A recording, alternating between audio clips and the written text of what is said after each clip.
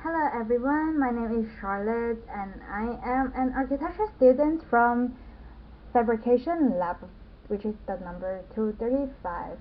And my project number was 0000 because I know no one will ever actually use this number to describe a plane. For most of the semester, we learn about Rhino.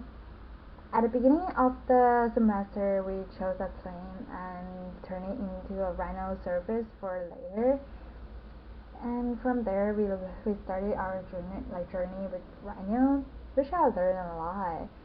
And we did a little assignment or exercise on Rhino with trying to copying, making this picture as blue as possible and put it into a actual Rhino file, or we can actually put it into CNC milling to make it look real. And based on the techniques we learned there, we went into the actual application of different curves to put it on my plane surface, which I put up circles on my plane and just layer them on a plane and put them on my surface. But after I talked to the lab, they told me that it was too much because it would take a really long time for it to be for the whole thing to be done. So instead, I deleted half of those curves and just kept some of them. And here's the simulation of it. So at the end, I finally had a final project from Rhino. But one thing is about the material that we had that wasn't fit with our tube. So the quality of this one, it was not exactly what I imagined, but I still loved it because that was my first time anyways. And after that, we learned about how the preparation for laser cutting, which at the beginning we took the Rhino surface and put them into a triangulated surface, and then we have to actually print it, right? So we divided it into different rows and unrolled it and put it on a plane that we know how exactly it will be printed out.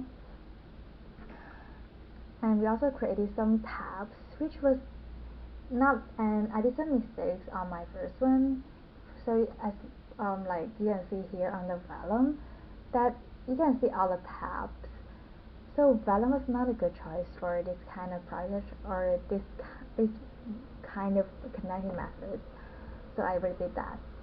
So then we also did 3D printing, which was I was so excited about it.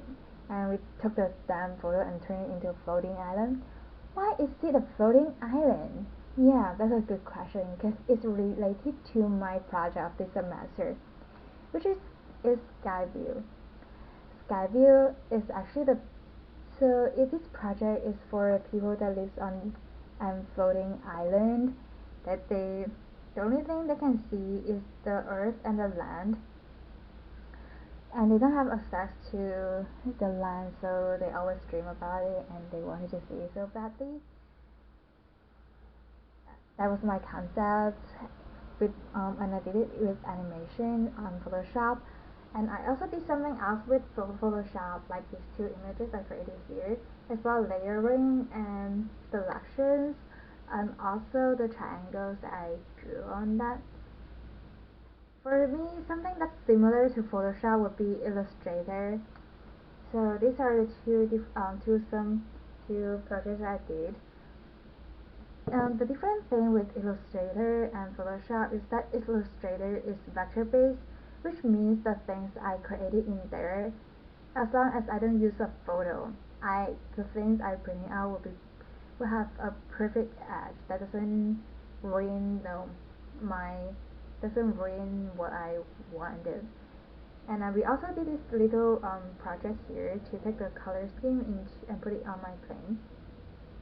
Without those techniques I learned from Illustrator, here are two other applications with that, and it's my basic idea of my project, which is the different floors taken from the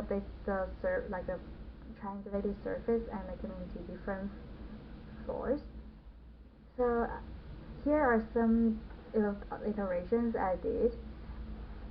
At the beginning, I had a straight up wall system, but that wasn't a really good choice because first I did a study model and the edges doesn't really fit, and it would be too much to make everything fit into that wall. So instead, I took the advice from Chris and make the wall to fit with the floors, and that was brilliant because it was cooler and it fits right laser cutting more because they're all triangles. And so when I try to explain my project to people, I always encounter some difficulties because it's hard to clarify. So I tried some rendering on Rhino. So with different colors, people can tell the difference more easier. Then this is my final my actual project, and it's the model up here that you can see right now. I I really love the final project that I printed out, and it showed me a lot. So at the end of the semester, I took some pictures of my model, and there's a little scale in it, and it's not only a scale, not only a scale, but also how a person would be interact with the space. Because it's not only like a standing person, it's actually a person that walks in there. And I think that's more important for us to consider if we create architecture for people.